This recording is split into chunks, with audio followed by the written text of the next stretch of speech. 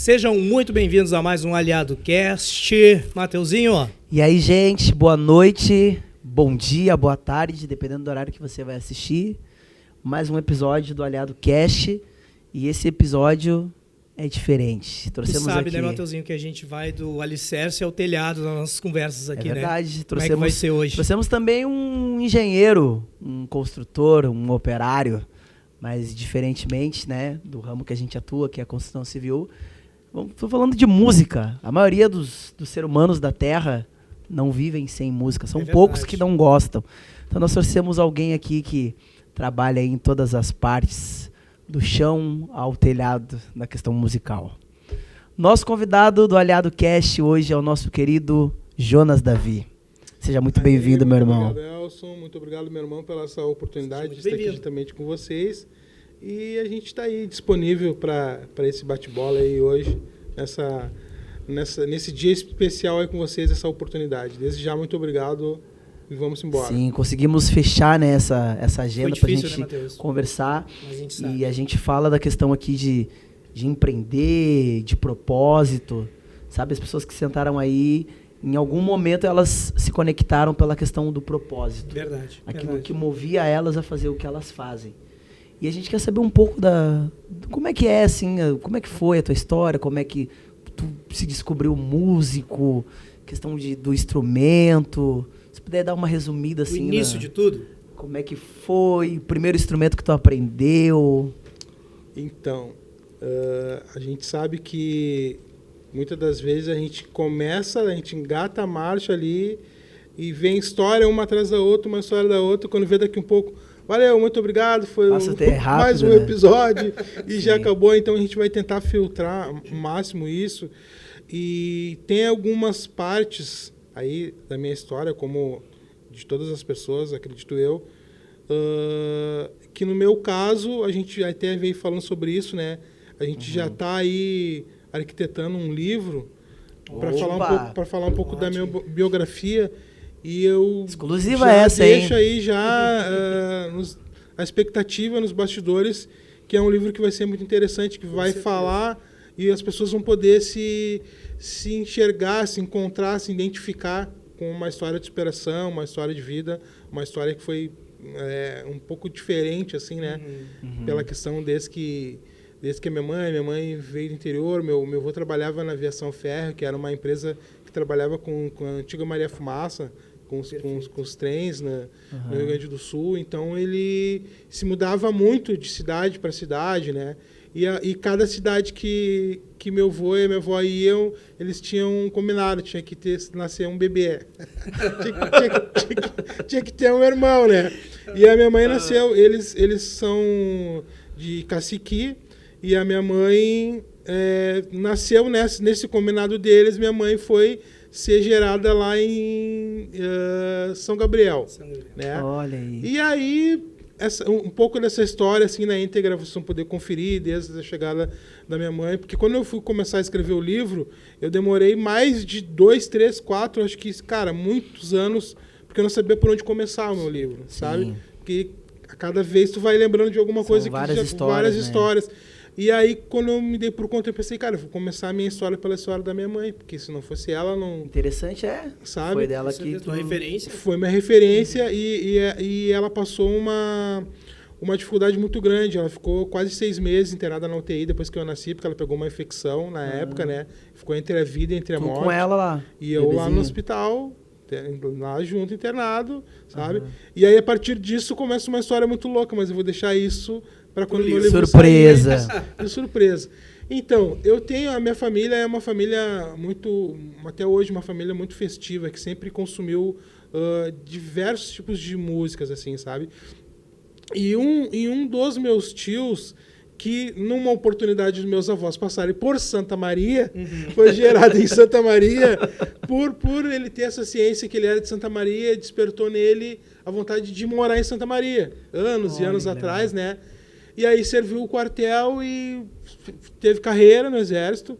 Meu tio Pedrinho, alô, tio Lima. Um alô pra eles. Oportunidade aí. Família. Uma hora que o senhor puder aí, tá olhando esse podcast sensacional, o senhor se identifica com a nossa história aqui. Um grande abraço pro senhor. E aí ele seguiu carreira no quartel e já enganjou no movimento da música. Sim. E lá ele se formou maestro dentro do Que exército. legal. E ali ele enganjou. Isso aí também vou contar no meu livro, né? Sim. E várias histórias assim que tem com meu tio. Depois ele começou a experiência em banda de baile, viajou o Rio Grande do Sul inteiro, tocando baile. Bah, tio cheio de todo pintoso. Corrente. Magrinho, parece um gurizinho. Qual era o instrumento que ele tocava?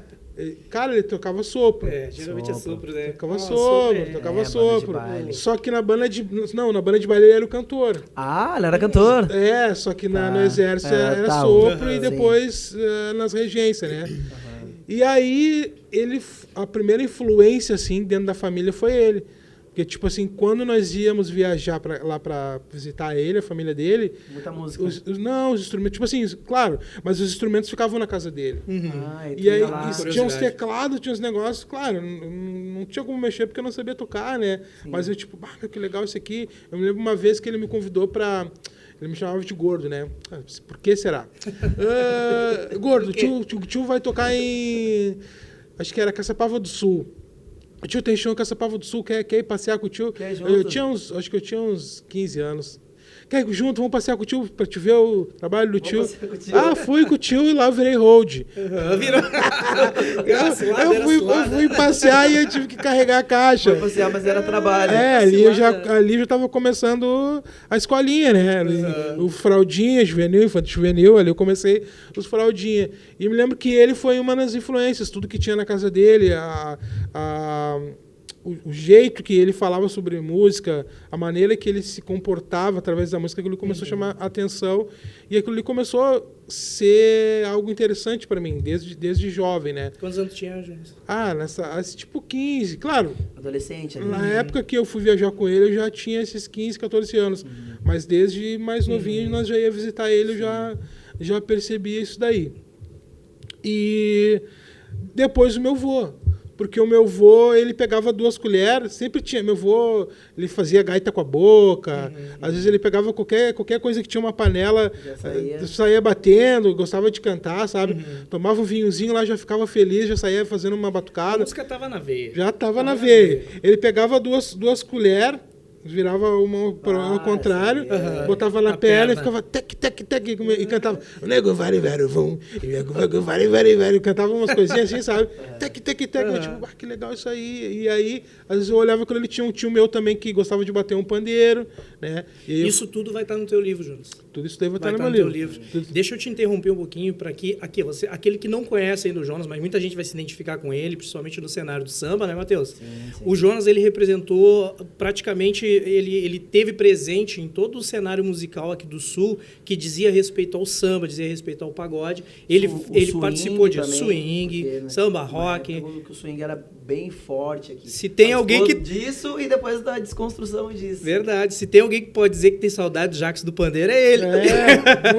O Matheus também é uma boa referência nisso, eles tocaram juntos, então por isso dessa resenha, viu? Tem assunto aqui, hein?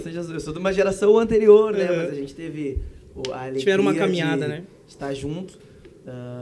Talvez a gente tenha que dar uma corrida em alguns assuntos pra gente não perder. Mas assim, aí estão linkando ali lá na referência família, né? Chegou uma fase da minha vida, que isso vai estar no livro, chegou uma fase da minha vida que não foi tão positiva, foi negativa, eu ainda criança, adolescente, e incrível que pareça, eu encontrei o refúgio daquele sentimento em mim, assim como ser humano, coisa que todo mundo já passou e ainda vai passar, aquele lance da doença do século, as coisas da infância, sabe? Eu encontrei um refúgio na música. Eu via que a música me trazia, era como se fosse um bálsamo, me trazia uma paz, sabe? E aí os tempos foram avançando ali, eu já com meus 16, 18 anos, eu fugia de casa para ir em alguma festa. Tinha um primo meu chamado Josué, que muitas das vezes eu saí porque ele ia lá pedir pra minha mãe, eu já guri grande. E a tua mãe deixava tu ir só com ele? Só se ele fosse lá pedir. Ô, tia Ilma, na janela. Negão, bate sempre pedir pra tua mãe. Não, vai lá falar com a minha mãe. Já me empresta aquele tênis. Eu passei por... Olha, acho que os pagodeiros aí no começo de carreira, enfim, o seu segmento, já passaram por algo com parecido, certeza, né? Da confiança da mãe naquele lá e naquele lá. Sim, e aí também no meu livro vai ter uma história contando uma situação também envolvendo esse meu primo, né? Mas aí eu fui de encontro com a parte que eu comecei a entender que a música era um veículo de empreendedorismo na minha vida. Que foi uma maneira que eu encontrei que, tipo, cara, legal isso aqui. Ao mesmo tempo eu posso me divertir, eu posso divertir alguém e posso também, através disso, daqui um pouco, tirar ali uma graninha para mim, sabe? Me movimentar, posso gerar oportunidades, posso envolver, de uma certa forma, diretamente ou indiretamente, projetos através da música, né? Então, tipo, chegou um momento que eu comecei a me envolver com essas questões. A parte, claro, que teve um grande período da minha vida que eu também busquei o conhecimento. Sim. Parou para estudar. Parei para estudar. Botando um ponto ali, eu lembro de ver tu tocando, tocava tantã. Daí, uma outra vez eu vi tu tava no teclado. Até eu pensei, o cara daquela banda lá toca tantã e agora ele tá no teclado. E tipo, na minha cabeça, será que ele aprendeu a tocar? Mas tu já tava ali... E aí, como é que foi essa... Então, o primeiro instrumento que foi também um local que eu enxerguei algo dentro de uma questão de organização, já trazendo também para dentro do empreendedorismo, que tu entende que é uma coisa onde gera oportunidades, também tem uma questão de organização, que é onde tu lança a semente numa terra fértil e automaticamente tu vai colher, né? Sim. E é aquele grande lance, que tu não planta banana e vai colher limão, abacaxi, entendeu? Mas a gente sabe que isso aí, os grandes agricultores contam que tipo, nem sempre vai ter as boas colheitas. Tem momentos que a colheita não vai ser boa, mas aí é que está o teu equilíbrio, né? Sim. A ciência. O teu feeling de empreendedor mesmo. É verdade. O cara que é empreendedor, ele atua na boa e na dor, até rimou, né? Muitas vezes até mais na dor do que nas boas, né? Então, quando eu comecei a sair escondido da minha mãe, eu tinha tem um amigo meu até hoje, que ele é já aposentado na brigada, ele era do regimento ali do 4º RPMON, ali no bairro Partenon, e ele já fazia parte da Sinfônica Vermelho e Branco no Imperador. Bateria. Já era anos da bateria. O carnaval também faz parte da tua formação. Não, se parar para falar, não vai dar tempo, né? Eu tive a honra de ter parte importante em 3 escolas de nome de ponta em Porto Alegre. Quais escolas? Posso dizer no Rio Grande do Sul. Imperador, Bambas e Restinga. Eu estava entrando na Imperadores do Samba, e aí daqui um pouco me veio uma proposta interessante. Eu, gurizão, foi bem na época que o Nazário estava indo para a Europa, e eu era um dos... Cara, não me lembro de tanta... Porque eu entrei na noite muito jovem. Não é que nem hoje que tu vai pra noite, tu é músico, eu quero fazer uma banda, tu já dá de cara com um monte de gurizada, gente de 14. Na época não tinha essa coisa do menor de idade sair e tocar. Não me lembro, sabe? E aí, naquela época ali, eu já entrei cedo pro carnaval e já com proposta financeira e boa proposta. Já recebendo novo, não tendo muitos que nem tu e já ganhando. Não. Aí me veio a proposta no Imperadores do Samba, mas no Imperadores do Samba eu não ia ganhar salário, mas eu ia ganhar um instrumento que era sensacional, sonho que eu queria ter. Aí o presidente comprou o teclado para mim na época, sabe? Fez o investimento, empreendedorismo, estava apostando, estava dando oportunidade. Guri novo, vamos largar um instrumento nesse guri novo. Mas para sair na avenida? Sair na avenida. Teclado na avenida? Na avenida, na época. E quem era o boca de cantor? Era o Medina. Olha a referência. Foi isso que aconteceu. Eu ia entrar com ele, só que daí no outro ano ele saiu. Entendeu? E aí o presidente...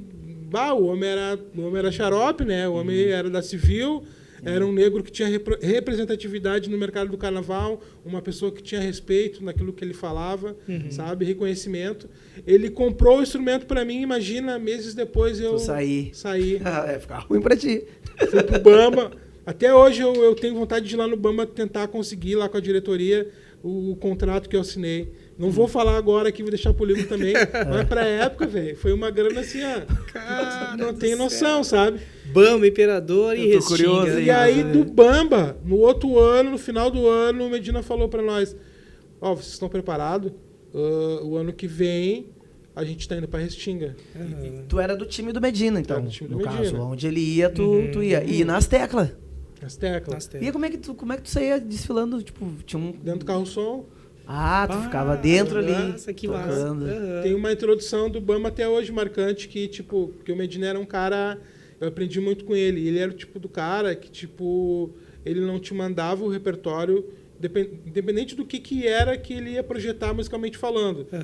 Seja banda ou no carnaval, ele tinha uma banda ali, uma equipe, ele não mandava as músicas antes para te estudar. Ele chegava, terça-feira ensaio 20 horas. Tu chegava lá, tu não sabia o que ia acontecer. Pessoal, essa música aqui nós vamos ensaiar hoje. Só botava ali, tu tinha que tirar na hora. Botava pra ouvir, tu... Será que precisa apresentar quem é o Medina? Ô, Luiz Carlos Medina, maior voz que o Rio Grande do Sul já teve, né? Em outro momento, assim, de novo, falando do livro, também vou ter coisas falando sobre isso. Indo mais à frente, aí... Quando ele falou que nós íamos para Restinga, ele falou que nós estávamos preparados, porque naquele ano que a gente foi para Restinga, a Restinga também tinha contratado 2 dos maiores carnavalescos do Brasil, que eles eram da Beija-Flor. Lembro dessa história. O Laíla e o Xangai. Lembro dessa história. Acho que agora, não sei se acho que foi o Laíla que faleceu 1 ano ou 2 anos. Então, tipo, foi outra experiência. A escola ia vir. Contratou os melhores, entendeu? E nós estava lá. Bem arrumado. O carnaval era uma outra prateleira na época. Só que teve, antes de ir para Restinga, teve uma situação que teve encontro dos gigantes, Bamba Imperador. Acho que não me lembro qual instituição que foi. E aí, quando vê no mesmo camarim, me dou de frente com o Betinho. O presidente que comprou o teclado. Que comprou o teclado. E aí? Vou deixar pro livro. Cara, cenas dos próximos capítulos. Sabe o que aconteceu. E aí foi pra Restinga. Aí no teclado, já estudando. Ensaio. A Restinga naquela época não tinha o hábito de trabalhar da maneira que o Medina trabalhava, porque era tipo um ensaio, show. Era tipo um repertório que ele estava fazendo show pro público. Sim. Não era tipo, para agora, tipo assim, não. Os detalhes nós consertava no ensaio, e no dia do ensaio geral, que era pro público, era começo, meio e fim, sabe? Era show mesmo, sabe? E foi uma experiência bem legal. Só que aí, no meio do caminho, eu acabei me atrapalhando, porque eu tocava no Louca Sedução nessa época. Fui o primeiro tecladista da banda Louca Sedução. Na época, eles eram chamados de Que Loucura do Sul, né? Porque o Que Loucura lá, quando juntou Delcio Luiz, Prateado, o que o país entendia naquela época, que Que Loucura foi formado pelos melhores músicos, né? Os caras. E aí, tipo, aqui no Sul... também juntaram, veio o Márcio Boca de um lado, aí o Leandro Antunes, o Lelê. Cada um vem de uma banda. O Cabeça do Cavaco, o Bolacha, percussionista que hoje está no Rio lá, fazendo um trabalho bem legal voltado para a cultura afro. E aí começaram a montar... Eu vi até um post aqui do Samba de Rei aqui, e eu vou homenagear o Louca Sedução agora no próximo evento, e as fotos antigas, assim. Então, bacana. E aí começaram a montar os músicos, começaram a chamar aí quem estava ali... se sentia, né? E aí tinha um show, como eu falei, como o ensaio da Restinga era programado sempre em cima, todo mundo ali era importante, se faltasse alguém ia deixar na mão. Eu era o tecladista, tinha solo, tudo. E aí teve uma vez que tinha um show do Louca Sedução na mesma data do show da Restinga. Bateu as agendas. Não fui no da Restinga. Foi no Louca? Fui no Louca. E aí? E acabei, valeu, pode Foi demitido. Fui demitido. Perdi essa barca. Esse é o gancho que nós precisávamos, Jonas. Bandas que tu tocou aqui no Sul. Lembra dos nomes? Lembro. A primeira banda que eu tive experiência com banda mesmo, se chama Toque Sutil, mas eu nem fui músico, eu carregava instrumento, a gente chama de road, antes né? do Louca. Antes do Louca. Bem pra trás. Isso foi andando junto com a questão do carnaval. Não, mas eu tive bandinhas de bairro, mas eu vou deixar pro livro, eu não vou nem considerar, entendeu? Mas assim, banda mesmo, de mercado, que tá no circuito ali tocando, foi o Toque Sutil.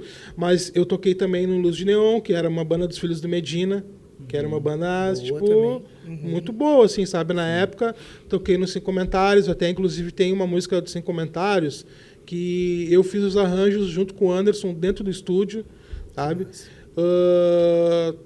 Toquei também com o Tá Combinado, fui tecladista no Tá Combinado. No Louca Sedução, fui tecladista por 2 vezes. Né? Estamos falando das bandas que eu apenas fiz parte ali, fardei no vestiário. Como músico, no caso. Como músico. Fora as bandas que eu produzi. Daí Sim. não vamos nem entrar, vamos deixar isso aí. Várias. O livro. Daí esquece, né? E aí eu tive uma experiência bem breve, assim, mas ela me rendeu um network bem sólido, que foi com o Samba Tri, né? Sim. Cara, nem sei como eu fui parar lá no Samba Tri, mas eu tocava reco-reco, tocava percussão, às vezes, quando não faltava, mas eu era da banda. Tava inserido em tudo que tinha do Tava Samba. sempre... Tava ali, inserido. Não era artista da foto, mas estava sempre... Não. Então aí, e nessa época, eu já tinha uma Moleque, que foi uma banda que nós fundamos aqui no Rio Grande do Sul, que nós tivemos a oportunidade de levar o nome do estado dentro de uma TV de rede aberta. Vocês moraram fora, né, do estado. Como é que foi? A gente morou... A banda ficou lá mais de 10 anos, eu acho, lá. 10 Entre anos. indas e vindas, vários componentes passaram por ali. Rio? São Paulo? São Paulo. São Paulo. A gente foi morar lá em 2005, né? Eu me lembro que um dos integrantes me chamou, o Márcio, e falou: "Bah, Lincoln, tu nem sabe, tem uma novidade para te contar." O que foi? Ele estava muito feliz, sabe? Tu nem sabe, porque eu sempre escrevi vários projetos. Não sei se estava certo, se estava errado o projeto, né? Porque hoje a gente vê as pessoas falarem que tu tem que saber elaborar bem o projeto. Na tua cabeça e tu na mão. Eu escrevia muito projeto social, pensando em criança, assim, sabe? Em comunidade, em música, mas só escrevia. Parecia que eu estava escrevendo um livro, nunca mostrava para ninguém. Deixa ali... E aí eu tinha uma pasta, e essa mesma pasta, às vezes eu guardava os repertórios da banda ali. E um dia eu esqueci essa pasta dentro do carro da namorada desse meu colega, que era componente da banda também. E o pai dela, ele era... ele tinha uma empresa que era uma franquia da Dália, que vende leite, frigorífico, sabe? E ele tinha uma... Ele até falecido já há pouco tempo, eu nem sabia, fiquei sabendo esses dias. Ele abriu uma franquia em São Paulo e deu certo. E toda vez que ele vinha a Porto Alegre, ele pegava o carro da filha dele para se movimentar aqui. E ele viu essa pasta minha. E aí ele perguntou pro Márcio... O que é isso aqui? Perguntou pra filha dele: o que é isso aqui? Ela falou: assim, dos guri. Tá, mas quer que alguém ajuda eles? Enfim, ele se demonstrou interessado em dar um empresariado pro projeto e dar aquele primeiro empurrão. Sim. O que precisa para dar o primeiro passo, né? Que ótimo. E essa história aí também vou ter que contar no livro, porque a partir disso aconteceu, a nossa vida mudou. Sim. Aconteceu muitas coisas positivas e muitas coisas negativas. Acredito que a gente não estava preparado, né? Essa palavra é muito forte. Não estar preparado, ele acaba te resultando em consequências que podem ser positivas ou negativas pro longo da vida. Verdade. A partir de uma situação que tu não está preparado para atuar naquilo ali, né? Acho que carrega, né, marcas desse despreparo. Eu não sei se... A pessoa nunca sabe, na verdade. Eu acho que a pessoa... depois, quando tu vai olhar e ver os resultados, tu chega na conclusão: não estava preparado. Verdade. Porque durante o acontecimento, de repente, tu não tem a mesma visão. Aí acontecem muitas divergências, né? É sobre isso. Sim. Então, a gente até chegar nessa oportunidade, a gente teve outros nomes de banda, né? Começou como Jeito Moleque, aí depois virou Os Moleques. E todas essas duas que antecederam, a gente mudou o nome porque a gente ficou sabendo que já tinha outra banda no eixo Rio-São Paulo, com o mesmo nome. Mas aí, como eu estava falando no Samba Tri, eu não me lembro como é que eu fui parar lá no Samba Tri. E aí, só que nessa época eu já tinha o Amoleque. E aí eu me Foi lembro... tu que botou o nome, Moleque? O Amoleque foi o Lelê. O Lelê, o do Lelê Louca. do Louca Sedução, o Leandro Antunes, Porque a gente foi gravar uma música, a gente ganhou uma oportunidade para gravar uma música em um projeto lá na rádio, né? E como o Lelê estava de frente desse projeto aí, como já tinha a banda com o nome que nós tínhamos, que era Os Moleques, ele sugeriu esse nome por causa da questão do Revelação. O projeto aquele das músicas das bandas daqui que tocava na metrô e tal? Isso. A gente foi, o Moleque na época a foi... banca, né? Não, a banca vem depois. Mais pra trás. Bem pra frente. Vai pra frente a banca, tá. E o que acontece? Ronaldinho Gaúcho estoura. Paris Saint-Germain, Copa do Mundo. Bruxo. Estourou. Ele, né? E aí surgiu a oportunidade do Samba Tri ir pra França pela primeira vez, pra Europa. Tinha essa ligação, né? E eu vou falar. Fale, homem. Era pra mim ter ido pra essa viagem pra Europa. Sabe por que eu não fui? Passaporte? Não. Porque eu tava dormindo na hora que o cara me ligou e meu telefone tava desligado. Tempos depois disso, essa pessoa que geria, era o gestor desse projeto ali, ele falava pra mim assim, ô mané, tu tem luz própria e tu não sabe, hein? Depois que tudo aconteceu, que eu não fui, que... Só que, tipo assim, cara, tu vê como é que são as coisas, né? Talvez se eu tivesse ido, a moleque não tinha acontecido. Pois é, né? Sabe por quê? Porque o Samba Tri tinha várias agendas em várias casas de Porto Alegre. E aí, como eu já tinha uma carta branca no Samba Tri, cara, isso aí é inédito que eu tô falando. Como eu tinha uma carta branca, eu já estava ali no Samba Tri e já conhecia tu já estava envolvido com eles. Estava envolvido com eles. Então tu não era desconhecido se tu chegasse com a moleque. A moleque entrou nas agendas do Samba Tri. E aí todo aquele público requintado, aquela galera... Eu digo público requintado para como é que eu posso dizer a melhor palavra? Para contextualizar o momento. Não desmerecendo classe. Não desmerecendo, porque para mim é importante qualquer público. Mas naquela época ali, em relação da banda, em relação do jogador, então tinha um público diferente. É de se dizer que sim. Então a gente começou, e aí os meninos que eram do Moleque não tocavam no Samba Tri, mas estavam sempre. E aí a gente, como era bom de network, então a gente já tinha mais ou menos o terreno ajustado, mas não tocava porque tinha uma banda ali tocando. Já rolava essa questão do network antes disso ser moda. Hype, todo mundo falar de network. Já rolava. E aí pintou a viagem, a galera foi, e aí, tipo, quando veio, tá aí, olha só. Aí vocês dominaram o Porto Alegre. Olha só, os guris vão viajar. Viu? Aí quando vê, cara, me aparece uma menina, eu não vou falar o nome dela. Hoje ela mora em Portugal, mas pensa numa pessoa... Mas no livro vai estar. Vai. Pensa numa pessoa requintadíssima. A gente fez um lançamentinho aqui. Você vai dar um barulho. Pensa numa pessoa requintadíssima na noite de Porto Alegre, uma mulher linda. Ela caiu no gosto da moleque. E uma das primeiras coisas que chamou a atenção dela foi o português da música. Até hoje, se tu tiver a oportunidade de ouvir essa música ou ler a música, ela tem um português, a maneira que ela foi escrita, né, porque foi o pessoal do Louca Sedução que fez também, ela tem um português muito, muito bonito, a maneira que foi colocada a música Inveja de Nós. E essa mulher, por ser amante da literatura, da leitura, do português... Se encantou. E da noite pro dia, elas, amigas dela, fizeram uma dancinha. Vem cá, não sei o quê, vem ficar comigo. Meu Deus, olha o TikTok aí. Aí, tipo, pum, estourou. Antes, né, no caso. Olha só, cara. Primitivamente falando, não tinha... Eu nem sei se tinha rede social. E Orkut. Não, tinha Orkut. Orkut tinha MSN. E aí não deu outra, cara. Imagina que... Uma coisa de vídeo, assim, não tinha. Não, vídeo, né? Representasse, né? E aí, dali pra frente... Porque, tipo, na época que os meninos foram viajar pra Europa, que o moleque começou a entrar nesse circuito aí, nós já tinha recém gravado a música. E aí tava no... Só que aconteceu que ninguém sabia que nós era... Que a banda daquela música ali, ninguém sabia que era de Porto Alegre. Ninguém sabia que era Mas então estourou nacionalmente. Não, estourou aqui. Só que, tipo... achavam que não era que não era daqui. Diga-se de passagem, qualquer coisa que faz lá em Jurerê, em sei lá qual parece cidade. Que sempre tem mais visibilidade. Parece que tem mais ênfase. Então, por parecer algo que foi bem produzido, tinha mais a questão da letra, mais a peculiaridade da voz do Dado, que era uma voz... Até hoje ele tem uma voz bonita.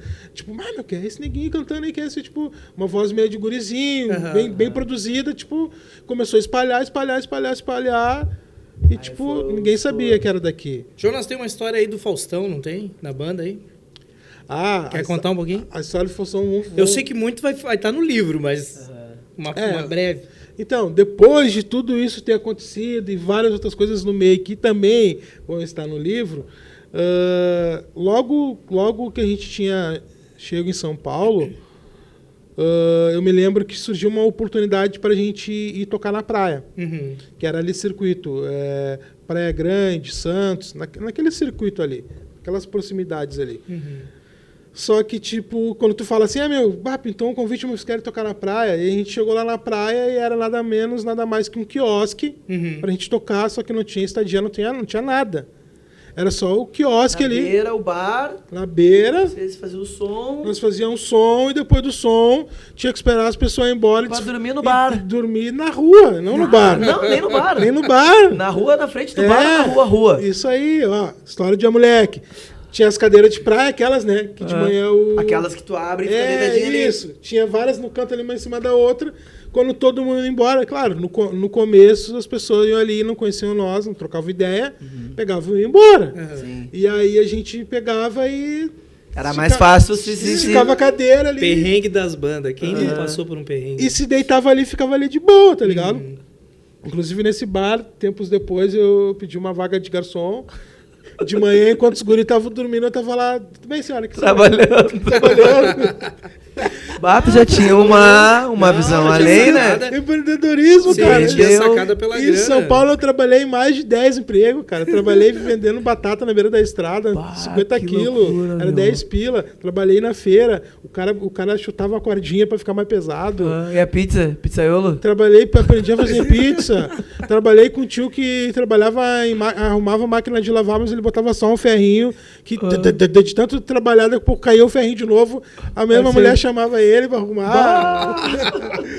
Sabe? E aí, um certo dia, nós já tava pegando preço ali, a moleque na beira da praia. Tá, aí acabava o pagode, a galera já demorava pra ir, já ficava trocando uma ideia. Quando a gente ficou conhecido. Sim. Porque até então ninguém acreditava que nós éramos do Rio Grande do Sul. Achava que nós éramos da Bahia, do Rio. O pessoal tem essa coisa do gaúcho loirinho, de olho azul, de toca só, vaneirão. Aí um dia a mulher falou pra um amigo nosso, o finado André, o Nego Susto, que pra mim foi que eu conheci um dos melhores percussionistas, assim, tanto no pagode, no carnaval. Ele ensinou uma coisa pra nós, que pena que eu não vou ter tempo pra falar sobre isso.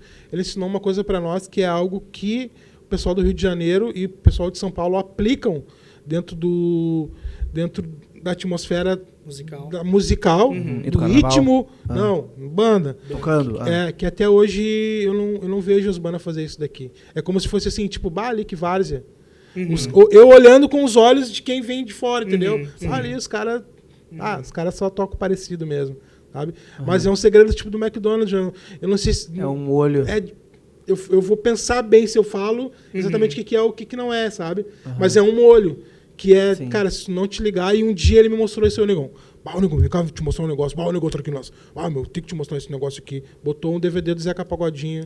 E ele me mostrou um negócio, cara, que é gritante. E, na maioria das vezes, a galera daqui não saca, não vai nem sacar e nem sacou. Acredito. Sabe? E se tu aprende aquilo ali... Tu consegue a tua diferença. É diferente, cara.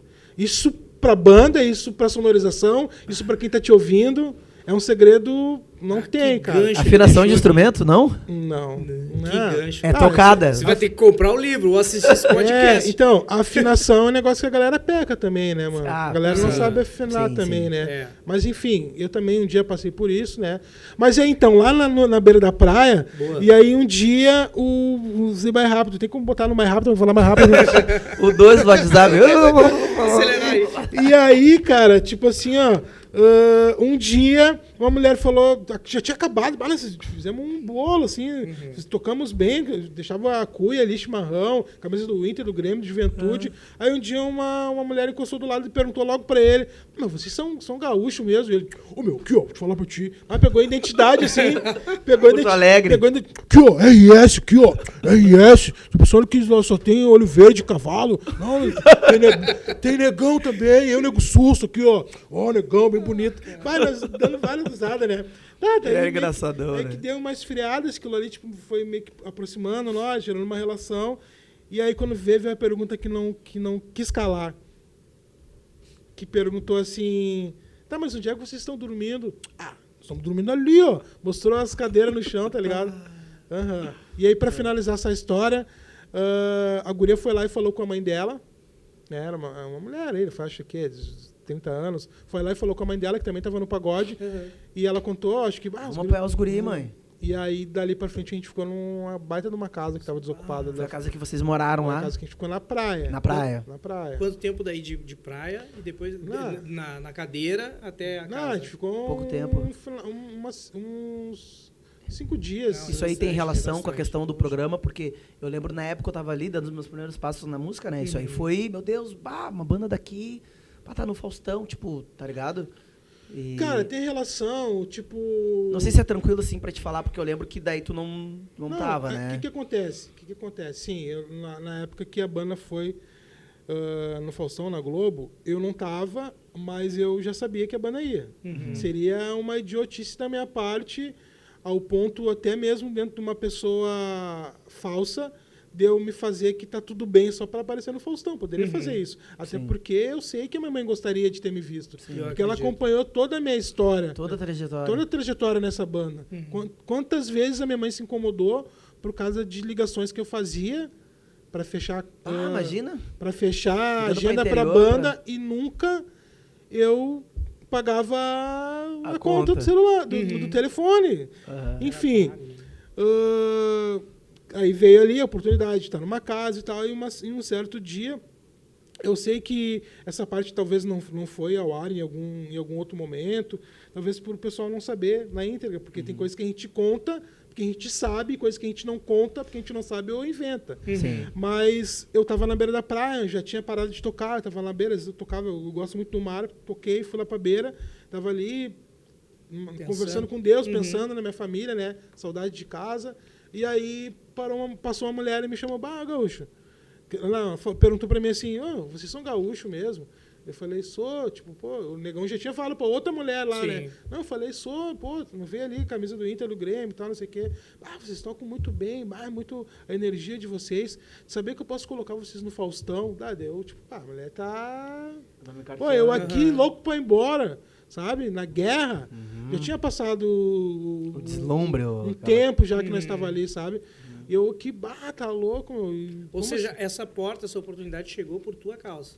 Chegou por ti, por teu intermédio. Eu acho que, sim, se for pensar por minha causa, eu digo nem foi por conta desse episódio, né? Ali na beira da praia. Mas pela construção que teve ao longo... a qualidade da banda. Até a banda chegar lá, entendeu? Uma gestão. Uma gestão não foi uma gestão exemplar, porque é o ponto da gente não ter uma boa gestão, que a gente não confiava nos produtores que foram chegando perto da gente, que a gente não conseguiu ir à frente.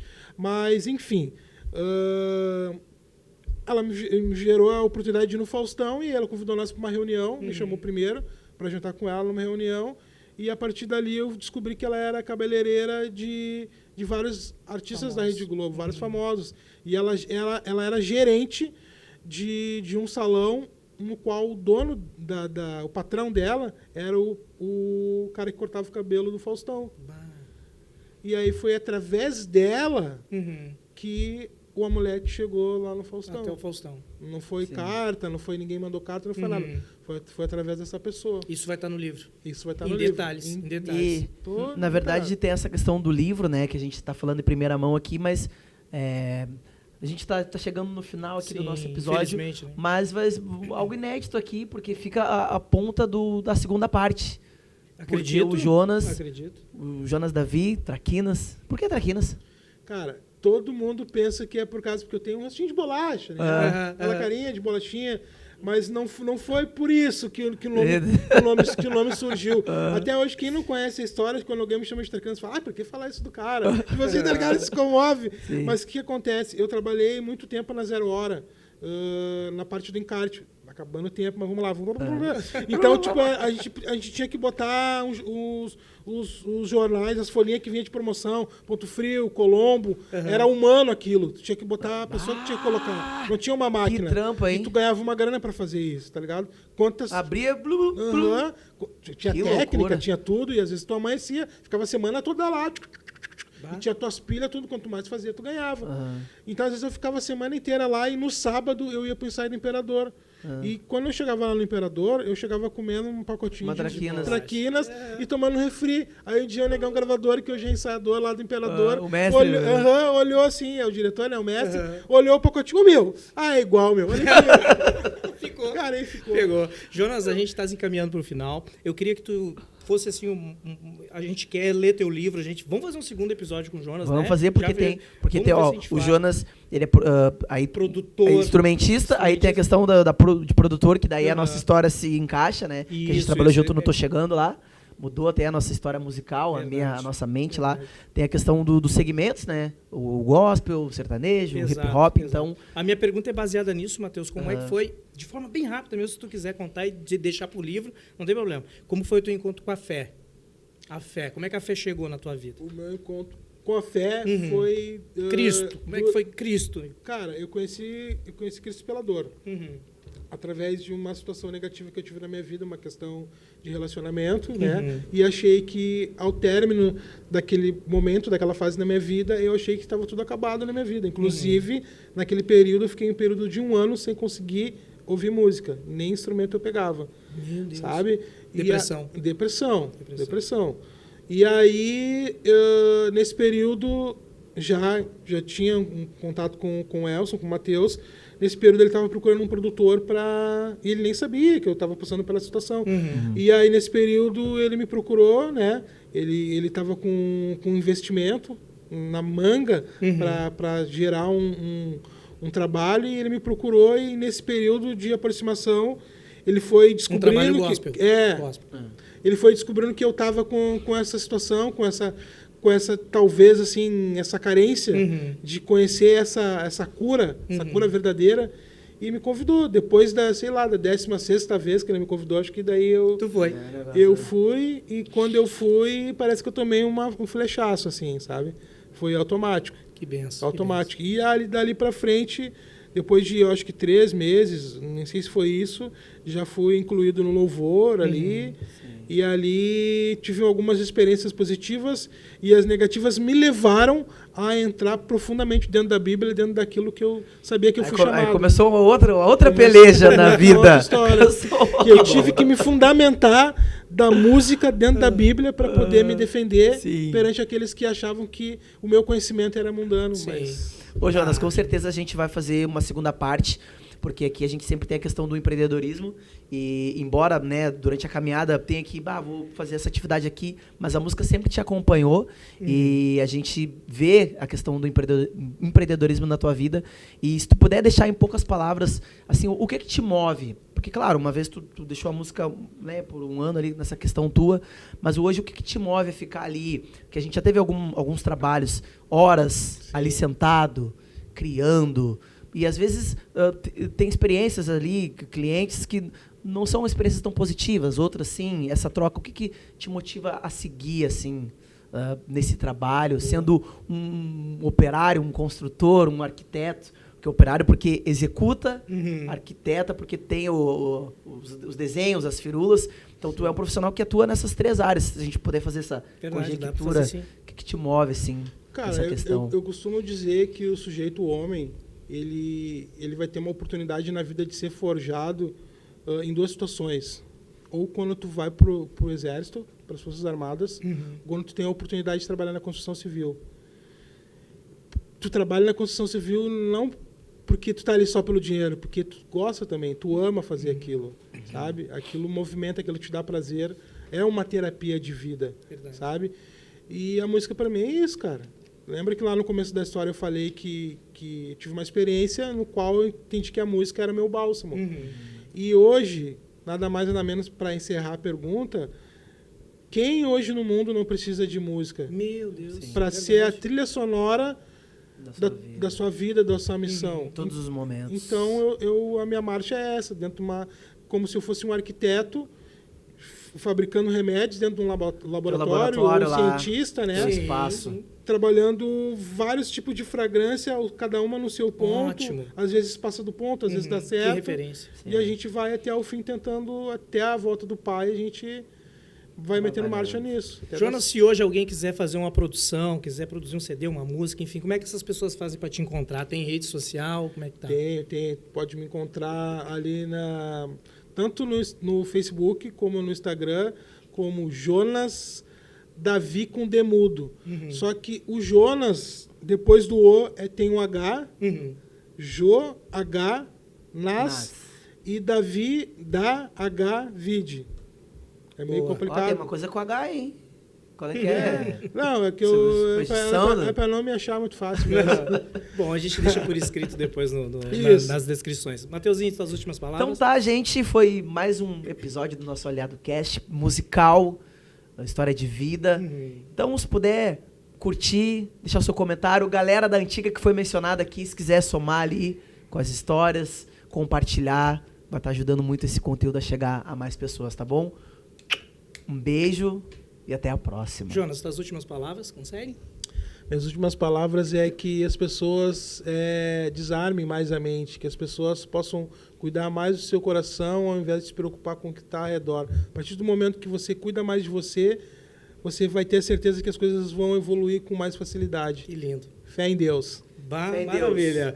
Tchau, gente, esse foi mais um Aliado Cast. Se você gostou desse conteúdo, se esse conteúdo chegou até você, deixe seu comentário pra gente fazer um segundo episódio aqui com o Jonas. Tem Revolução RS, passou pela Revolução RS, né? Também hip hop, o cara é eclético. O cara é eclético. Olha aí. Sertanejo, tem assunto, gente. Reggae. Um grande abraço. Fiquem com Deus. Esse foi mais um Aliado Cast. Tchau, gente. Tchau.